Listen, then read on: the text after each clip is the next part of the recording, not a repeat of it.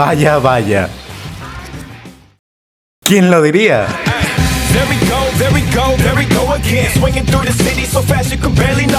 Le tenía fe y miedo a esta serie. Miedo por toda la controversia en la que se había metido. Que si la animación simple, que si sería woke, el actor protagonista, el supuesto cambio de raza y sobre todo, lo confusa que podía llegar a ser la historia. En 2021 esta idea se presentó como el origen del Spider-Man de Tom Holland. Poco a poco se dieron cuenta de que con ese argumento no tenía mucha libertad al momento de escribir la serie. La carencia de personajes y el no poder cambiar mucho de la historia hicieron que los escritores decidieran que fuera una ramificación del MCU. Pero en el avance oficial aún se veían eventos del universo cinematográfico. Todo esto hacía que tuviera miedo. En el momento en el que comencé a ver el episodio 1, todas esas ideas pasaban por mi cabeza. Pero poco a poco me fui calmando al recordar que Marvel Animation entregó el mejor producto de 2024 para mí, X-Men 97. Serie que hicieron con tanto cariño, honrando a sus personajes, aceptando lo que son y sus orígenes. Con ese proyecto todos estuvimos de acuerdo en algo. Los X-Men habían regresado a casa. Varias de las mentes detrás de X-Men 97 se involucraron en este proyecto. Y con una escena, con solo esta escena, me di cuenta de que nuestro amigable vecino por fin volvió a casa.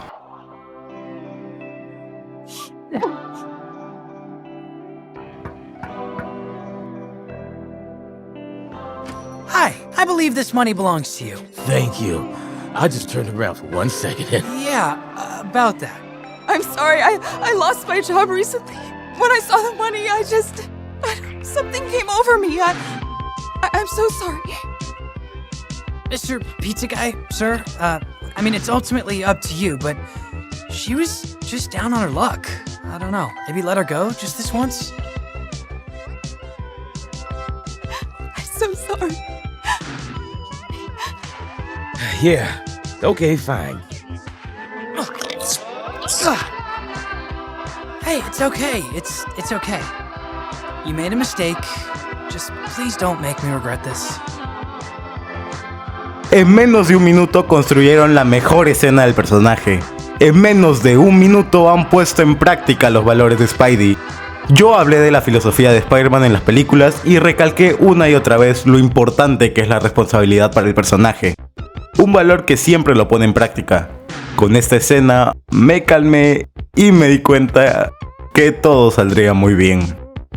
Hizo lo que más de 4 adaptaciones no hicieron: mostrar lo que significa ser Spider-Man. Es fascinante cómo al inicio de esta serie, aunque tuviera buenos momentos, empezó un poco floja. Me gustaron los 2 primeros episodios, pero de todas formas sentía que aunque había empezado sólida, comenzó también muy lenta. Y que probablemente para el clímax no se lograría un desenlace. Pero no sé de qué manera lo hicieron, pero cerraron todo por completo. Se ve que sí es una variante de Tom Holland, ya que hay bastante de la esencia de este Peter Parker que yo noté. Aunque con esta versión te tardas en empatizar con él porque básicamente lo tiene todo: amigos, relativamente popular, personas que lo quieren mucho como su tía May, mostrando ese vínculo poderoso que hay entre su figura materna y él. Hay momentos donde él entra en un dilema moral donde terminas empatizando con él por completo. En el aspecto de la animación no veo mucho problema. Es obvio que después de Into the Spider-Verse esto puede verse como un bajón muy grande, pero no es animación convencional al 100%. El objetivo era claro: adaptar la etapa de The Amazing Spider-Man en los 60s, específicamente la parte donde Steve Ditko trabajaba. Esto también conlleva adaptar su estilo clásico. Hay detalles de parte de los dibujantes, como por ejemplo el icónico espacio en el centro que Ditko usaba cuando empezó a dibujar a Spidey. Y sí, recibió muchas críticas al principio, pero ¿esto no les recuerda a un caso parecido hace relativamente un año?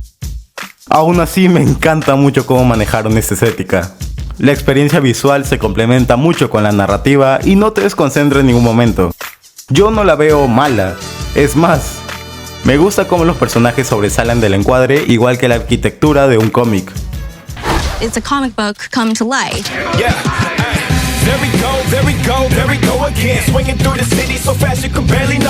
En el aspecto visual, no hay duda de que se esforzaron y cumplieron su meta. Aunque no hubiera mucha promoción, el artista Leonardo Romero hizo un gran trabajo haciendo sus pósters. En verdad, nunca he visto tal arte hecha con tanto cariño de parte de una sola persona. El elenco, por su parte, intentó hacer lo mejor que podían. Y le salió increíble. Desde que salió en What If, vi cómo Hudson Thames entendía al personaje. En Your Friendly Neighborhood Spider-Man, este sabe darle personalidad. Spider-Man, can you hear me? Hello? God? It's me, Spidey. Me gustó cómo se desenvuelve cuando es Peter, como una persona más nerviosa al momento de hablar, No me, clumsy Petey Parker. y tranquila al ser Spider-Man. Oh man! We're so high up! This is incredible! El resto del elenco también cumple. Grace Sony, Zeno Robinson, Eugene Beard y Charlie Cox. Eso sin duda. Yeah, it's pretty cool. Pero el que se lleva la mejor interpretación es Colman Domingo como Norman Osborn. Es imposible compararlo con Willem Dafoe porque en este caso no es el Duende Verde aún. Pero Colman le da esa imponencia, le da una personalidad nueva y refrescante a Norman Osborn. Momentos como: You shouldn't fear your own strength, Peter. You don't run from power. You embrace it. Take it from me. With great power comes great respect. And if you don't have respect, you have nothing. hicieron que valiera la pena que lo hayan elegido como el actor de voz. Y hablando de esta frase, pasemos a hablar de la historia. Aquí no es como el Peter de Holland, es una reinvención del personaje y algo completamente nuevo. Desde la manera en la que le pica la araña, la cual es básicamente una paradoja, hasta el momento donde aprende a ser Spider-Man, haciendo algo nuevo con las historias existentes del personaje. Hay referencias implícitas al UCM en las cuales te hacen decir: ¿cómo es posible que las películas de Tom Holland no sean esto? Y es muy fácil saber de qué estudio es la culpa. La pelea con Daredevil me parece genial, aprovechando todo lo que es el escenario y la animación. Es que ver la luna y las sombras en movimiento de esto es espectacular. Es lo mejor de escenas de acción que he visto del personaje. Y no puedo pasar por alto el manejo de Norman Osborn. Esa ambición de tener poder, mostrando que sería un mentor para Peter cuando este solo se quería aprovechar de él. Perdón, pero no puedo dejar de hablar de Colman Domingo. Juro que si lo hace Norman Osborn en las películas de Spider-Man, no me sorprendería para nada. Es increíble cómo Jeff Trammell manejó esto y aprovechó todo lo que involucra el UCM, los eventos y los personajes, mostrando cómo hubieran usado al Escorpión si no lo hubieran puesto en esa escena post-créditos que no llegó a nada. En verdad que el personaje puede brillar por sí solo si una persona sabe manejarlo, no solo con su desarrollo, sino con el resto de personajes. En el UCM intentaron darle un aire fresco, una nueva versión con nuevos personajes, pero esto no funcionó, porque el personaje resaltaba solo cuando el universo que lo rodeaba lo intentaba aprovechar, haciendo que hasta la tercera película recién empezara a brillar por sí solo. Aquí, Spider-Man sabe aprovechar el universo que lo rodea para aprender a brillar y darnos lo que queríamos, una buena adaptación que aproveche a sus personajes y sus tramas. Estas son las que hacen que la serie no se sienta para empatizar solo con un personaje, sino para que todos te caigan bien. Cuando dije que la trama empezó un poco floja, me refiero al momento donde Peter le gusta a una chica llamada Pearl, pero esta empieza una relación con Lonnie. Esto pudo haber sido una trama genérica como Homecoming, pero esta historia hizo algo que a muchas historias del personaje le faltaron: los vínculos humanos que Peter tiene al momento de ser Spider-Man, y la importancia de ver cómo esto les afecta a sus seres queridos. Todo esto es aprovechado al 100%, en especial con Lonnie, recordando por qué los personajes de Spider-Man merecen ser aprovechados. En los cómics, Lonnie Lincoln se le conoce como el villano Tombstone. En esta serie vemos cómo poco a poco pasa de ser la estrella mariscal de fútbol a un miembro de una pandilla para proteger a su familia. Una especie de dicotomía presente entre estos dos personajes. Me gusta cómo esta versión de Peter tiene algo claro de lo que significa la responsabilidad, el dilema que tiene en el clímax al momento de creer que no es lo suficientemente fuerte como para afrontar todo, y lo débil que es para proteger a la gente que quiere. Es fuerte como Norman le dice esto. With great power comes great respect. Peter, al escuchar esto, enfrenta un dilema al momento de tener tanta ira acumulada contra una sola persona, Scorpion. Recuerda la frase que le dijo Norman justo en el momento en el que tiene a Gargan tirado en el piso.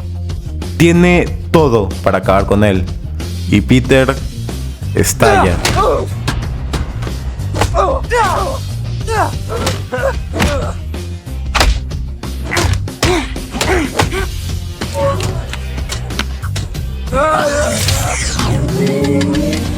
Se ven muy similares, ¿no creen?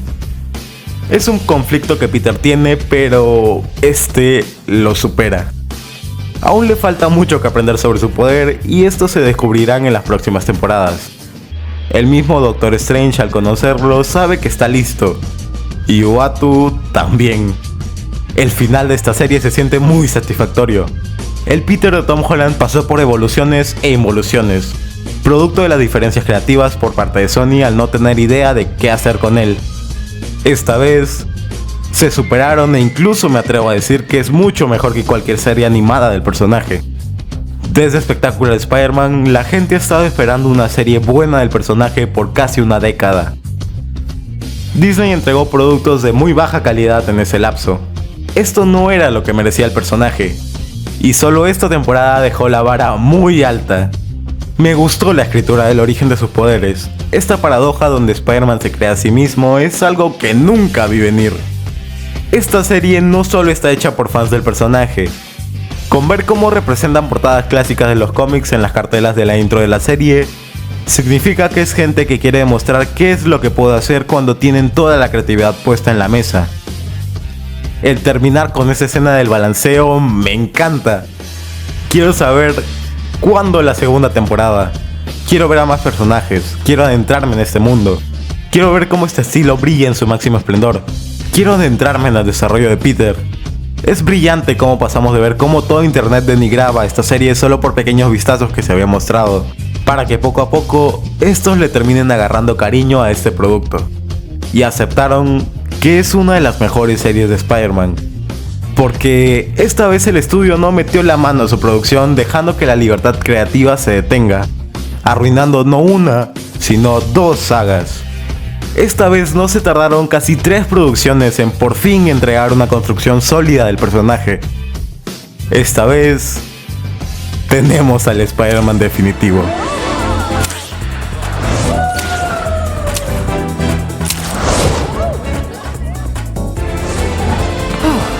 Alright, Parker, you heard the magical wizard. Whatever comes next, you can handle it.